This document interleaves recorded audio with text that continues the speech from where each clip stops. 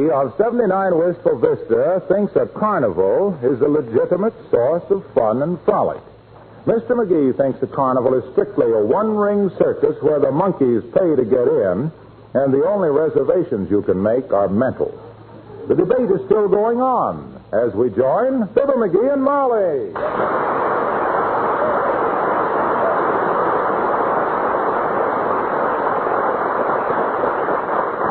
Where is this carnival you want to go to? This one-night yokel trap?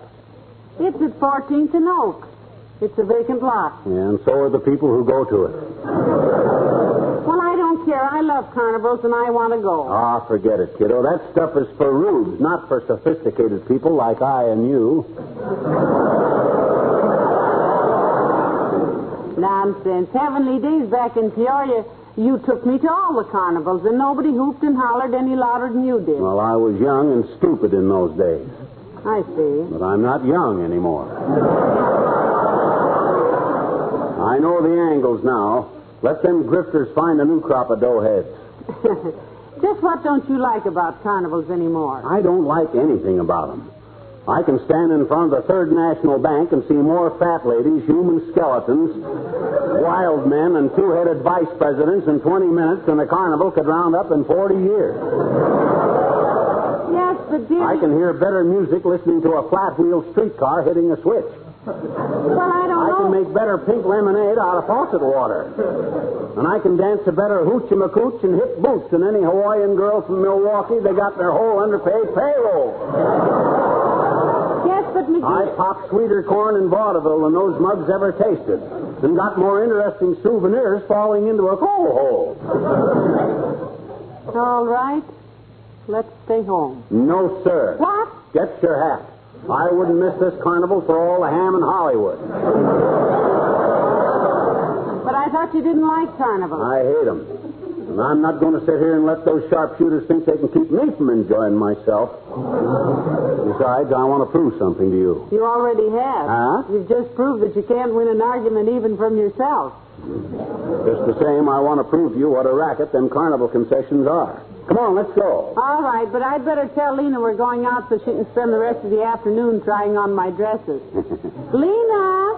Oh, Lena! Here I am, Mrs. McGee.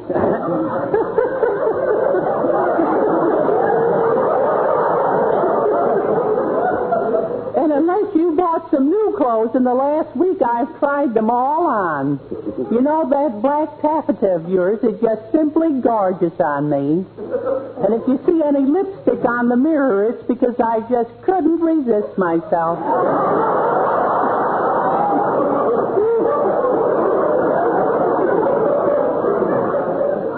Look, Lena, we're going downtown to the carnival, so you're on your own for the afternoon.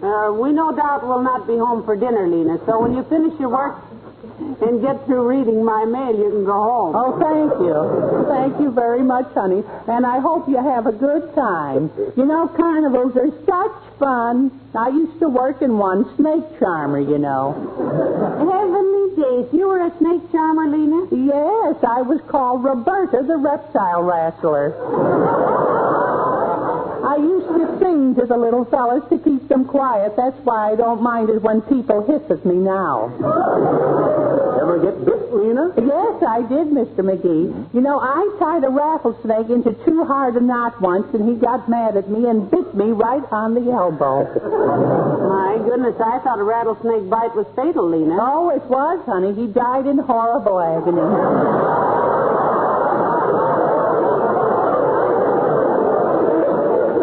You know, it was a valuable snake, so they put me in another sideshow as a bearded lady. Oh, false beard, eh? Well, hardly, Mr. McGee. You can hardly call a beard that costs $12.50 a false one. You really take it on the chin in that work, don't you, Lena?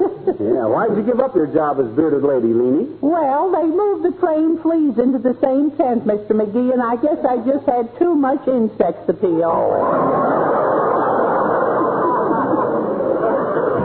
Now, you go right down to the carnival, folks. Lena will get along just as soon as you leave, practically.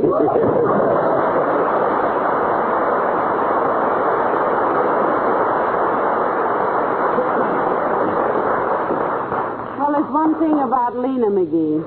She's always cheerful. Yeah, she's that all right. I'd rather have somebody around who smiles and makes the beds badly than a marvel of efficiency who punches the clock with a left hook.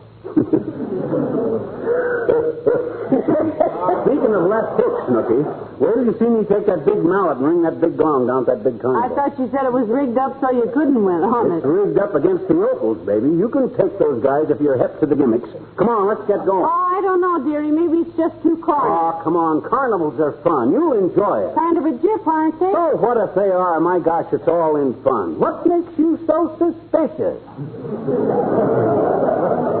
I don't know. I guess I've just heard people talk. Well, that's a lot of marmalade. I love carnivals. Hey, I think I'll wear a hat. I might win a ribbon that says 23 Skidoo on it, huh? Where's my hat? I don't know. The last time I... Oh, I know. It's right here in the hall closet. No, McGee, please. Now that hot shot.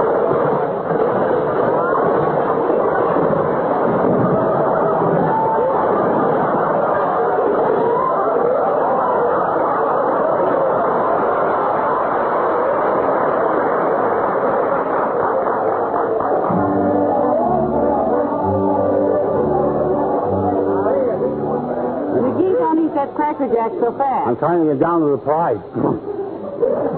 Got a wonderful little police whistle in this stuff once when I was a kid. My dog swallowed it. Oh, too bad. Oh, he loved it. He used to direct traffic every noon hour at the corner of Main and Avenue. Back in Peoria. Look, dearie, I want to play this game over here where you ring the canes and win the prize. All right. Step right up and throw the magic rings for a beautiful and valuable souvenir. It's fair for one and fair for all. Entertaining, instructive, and profitable. Only 25 cents, the fourth part of $1. I'll try it, sir. Good for you, sister. Good for you. See if you can win one of those genuine South American diamond lapel pins or a real Navajo blanket. Navajo, bud. Yeah. Well, we know it was Navajo. We don't know who. All right, lady. Here's your magic ring. Step back, folks, and give the little lady some elbow room. Take my advice, kiddo, and give it a little twist when you throw it. I throw better with my eyes shut, dearie. Here it goes. The little lady got it with one graceful toss. She wins a handsome three-bladed jackknife bearing a likeness of Lillian Russell in genuine celluloid on the handle. Let's go, lady. Let's see if you can win the opera glasses, Molly. There's a new corset shop just went in across the street from the Elks Club, and some of the boys... All right. Step back, Pop, and give the lady a chance to throw the ring. Now, don't call me Pop. Okay, Dad, no offense. That's it. Go right ahead, lady. Is it fair if I throw both these other rings at once? Madam, with the Hackett and Sackett compound outdoor shows, the customer is always right. We're just here to hand out these beautiful gifts and make friends among the local gentry. You just throw them anywhere you like. Oh, thank you, sir. Oh! My gosh, look what you did. Well, the little lady does it again. With one magnificent throw, she becomes automatically entitled to a genuine Navajo blanket and a lovely mother-of-pearl paper knife. Here you all, lady. Thank you very much. My goodness, this is wonderful. Hey, bud, what do you mean, mother-of-pearl paper knife? That's just made out of white pine. Yes, sir, genuine white pine, brother. Made by my wife's mother. Huh? Tell your mother to step out here. To show this gentleman how she carves these gorgeous little souvenirs. And now, who else would like to step up and try one of the finest? You know, this is not a bad start, dearie. 25 cents for a blanket, a jackknife, and a paper cutter. Oh, they let you in just for bait. I saw the guy put his foot on the gimmick. He was just using you for a shill. What's a shill? It's a come-on for the boobs. I know, because I used to be one. A boob? Oh, a shill. I was running a shill game, and he hired me to shill. Oh, hey, there's Wimple. Hi, Wimp. Hello, Mr. Wimple. Hello, folks.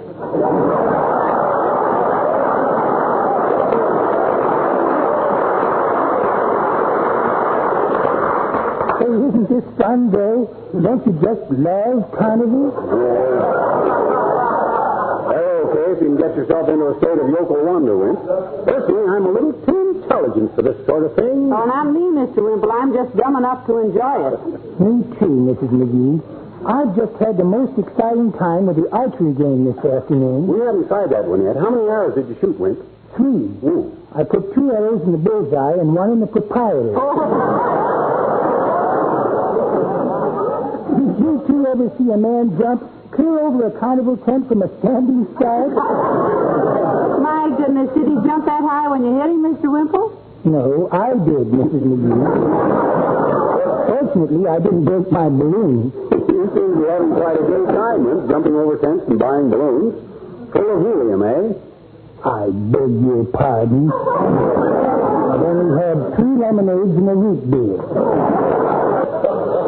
A short one. He meant the balloon, Mr. Wimple. Yeah. Oh, excuse me. I am having a gay time, though, really. I guess I must just have sawdust in my blood. Yeah. I'm bothered with corpuscles myself. Well, I must get over and see Sweetie Face. That's my big old wife. Yeah. She's in that brown tent across the midway there. Which brown tent? The one that says $50 to any person who can last 3 rounds with the Amazon Strangler. Heavenly days, Mr. Wimple. You mean she's actually going into the ring with the Amazon Strangler? No. You see, she is the Amazon. Well, I've got to get over there and see if anybody has beaten her yet. I hope. So long.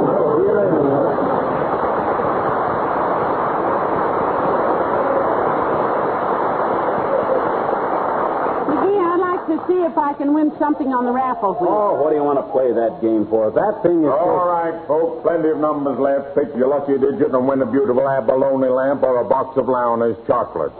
A prize for every number and a number for every customer, and it's only 25 cents a chance. What's your lucky number, lady? Well, I've always liked number 13 because 1 and 3 are 4, and my husband used to sing in a quartet.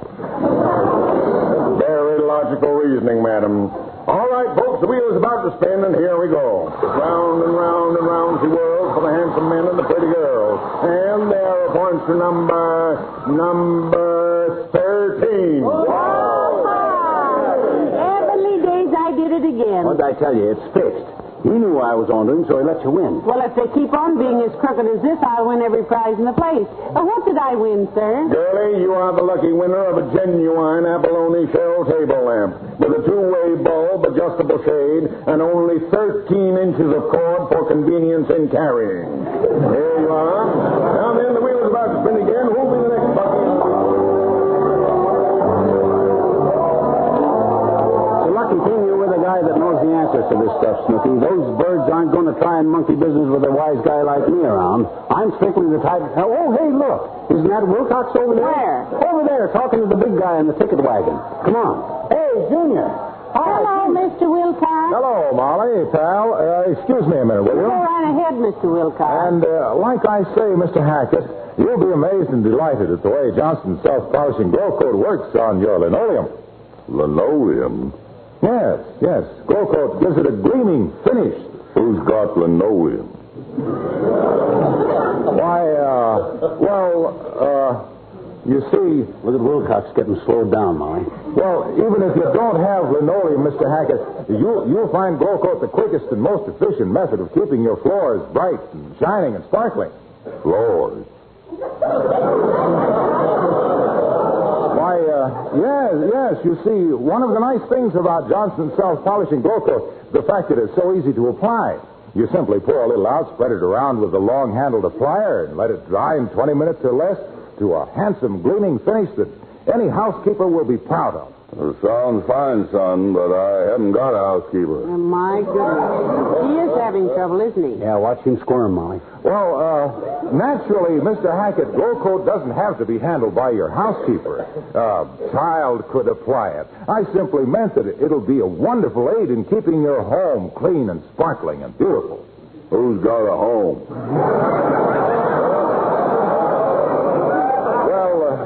I don't mean to be rude, Mr. Wilcox, and that stuff... glow coat. Johnson's self-polishing glow coat. Yeah, it sounds great. Look, I live in a tent. Is it any good for tent floors? What kind of 10th floors? Dirt. And glass, if we're lucky. No. Gee, I never thought I'd... Well, gosh, Racine can't expect me to sell it. Well, anyway, it sounds great, son. Must be a fine product. Look, here's my card. Send some literature on it to my wife. She lives in East Orange, New Jersey, in a house. She's got linoleum, I think. Haven't seen her for 2 years. She don't like the road. Okay, Mr. Hackett, thanks very much. I'll write to her tonight.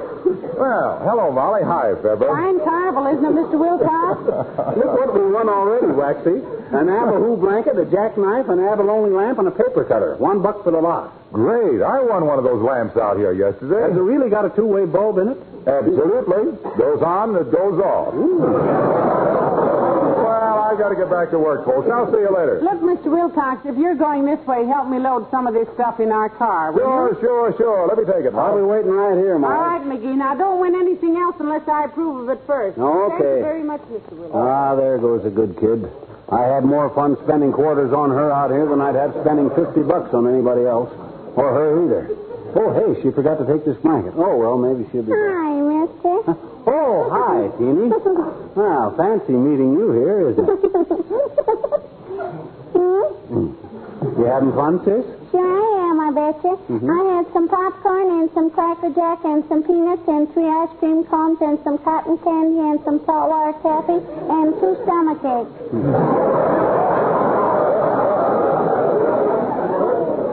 You did, eh? And I had...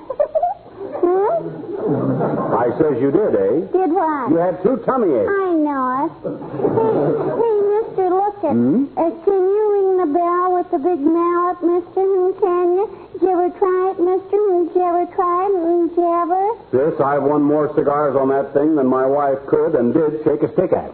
Shall we try it? Oh, hey, yeah. Matt, give us 2 chances on a cigar. Yes, sir. Here you are, sir. 1 for you and 1 for the little lady. As far as for men is a genuine Punxsutawney Panatella in the original Florida wrapper. If the little lady rings the gong, she gets a beautiful 1-pound box of simulated chocolate-coated cherries. Here's the hammer, brother. Let's see now. Where did I put that hammer? Here it is. And may you be the one for whom the bell tolls. Thanks, Bud. I'll take it first, sis, and show you how it's done. Oh. Now watch this, Sure. Teeny. It's just a matter of muscular coordination. 1, 2, 3...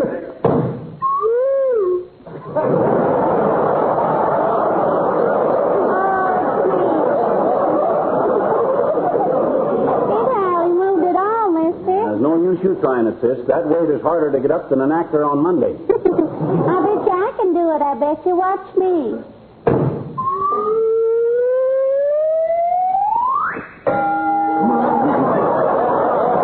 My gosh, you did it, sis. Yeah, I did it. And the little lady wins a box of simulated chocolate-type imitation cherry-flavored cherries. Here you are, kid. Oh, thank you, Uncle Fred. Uncle Fred? So long, mister.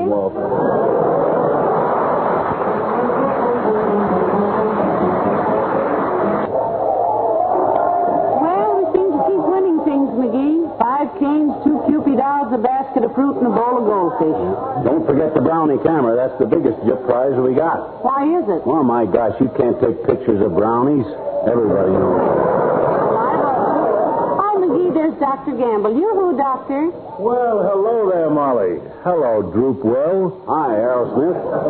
What are you doing here, doctoring a sick horse on the merry-go-round? No, this is strictly a non-professional visit, my boy. Just came down here for a little riotous living. Oh, it's a lot of fun, Doctor. McGee's been showing me how crooked all these concessions are. They know he's doing it, too, because I win every time. I'm wise to all their gimmicks. I'm no hayseed. Hey, did you throw the baseballs at them milk bottles, Doc? I did indeed. I spent $4.75, and all I got was a bursitis. We got an abalone lamp. We're going to ride on the Ferris wheel, Doctor. Care to come along? No, thank you, my dear. Scared, eh? Yes. So am I, Doctor, but I'm just foolhardy, I guess. I'm so frightened of admitting I'm scared that I get so brave I'm frightened of my own courage. I'll straighten that out on the way home, if possible. Well, have fun, children, and don't eat too many hot dogs. But if you do, call some other doctor. I'm planning on being sick myself tonight. See you later. So long, Doctor. Well, come on, Christy. We must ride on the Ferris wheel just once now, and then we'll go home. Well, you talked me into it, dearie.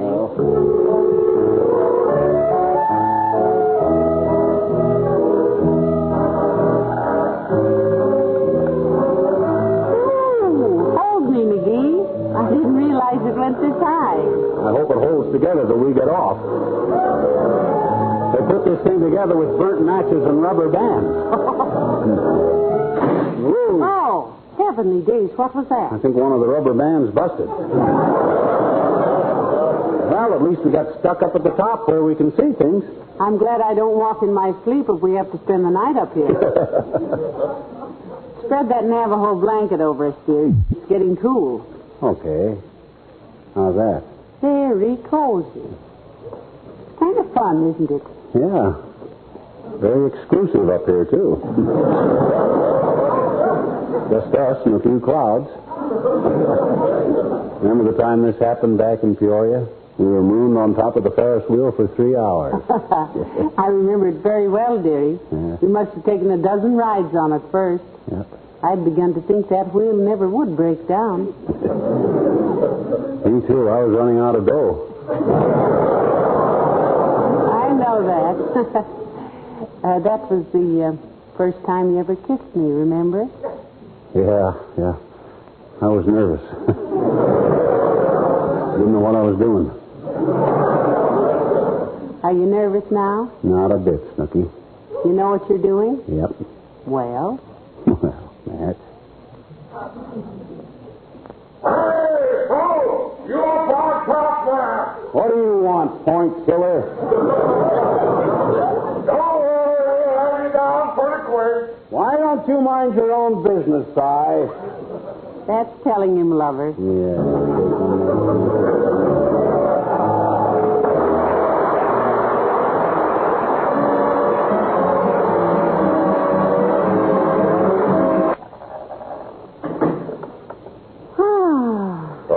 Okay, folks, you can hop out now. Oh, don't mind us, Bud. We like it up here. And... Oh, we're down. Did you notice, Molly? We're down. Oh, dear. My lipstick is all... my hair is all mussed and Relax, lady. So it's a spring evening, and he looks handsome to you again. I've saw it happen before.